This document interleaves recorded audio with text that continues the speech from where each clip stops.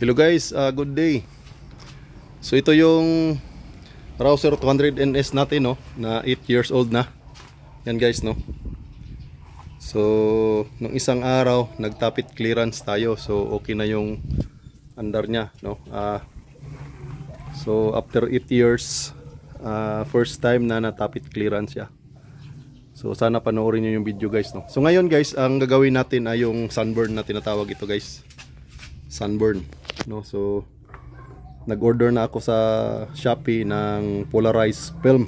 Yun yung gagamitin natin, no. So tingnan nyo guys, yun natin guys, oh. So kung nakikita nyo, blurred na yung ano niya, blurred na yung digital, no, digital number niya, no. So blurred na, hindi na makita guys, no. So kahit paandarin natin, yan. So wala ka na makita guys dahil sunog na.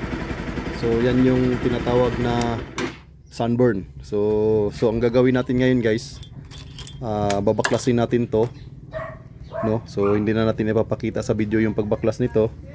Ang ipapakita natin is yung pagtanggal ng film, no. Yun yung ipakita natin sa video natin, yung pagtanggal ng film. So papakita natin kung paano natin papalitan. Okay guys, sige, simulan na natin. So yan guys, no, natanggal na natin yung ano, cover sa taas.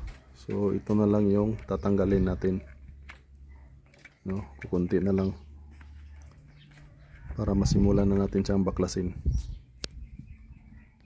So ito na guys, no, tanggal na natin. So yan, kita ninyo itong mga pins na to, ito tsaka yung sa kabila, ayan, ito. Yan yung tatanggalin natin ngayon, no. Gagamitan natin ng soldering iron at saka soldering socker, no, para matanggal yung mga nasolda doon sa paa niya. Saka natin tatanggalin yung Polaroid film sa loob para mapalitan. So yan guys, no, yung sa 200NS na Rouser natin, Kawasaki Badja. Okay.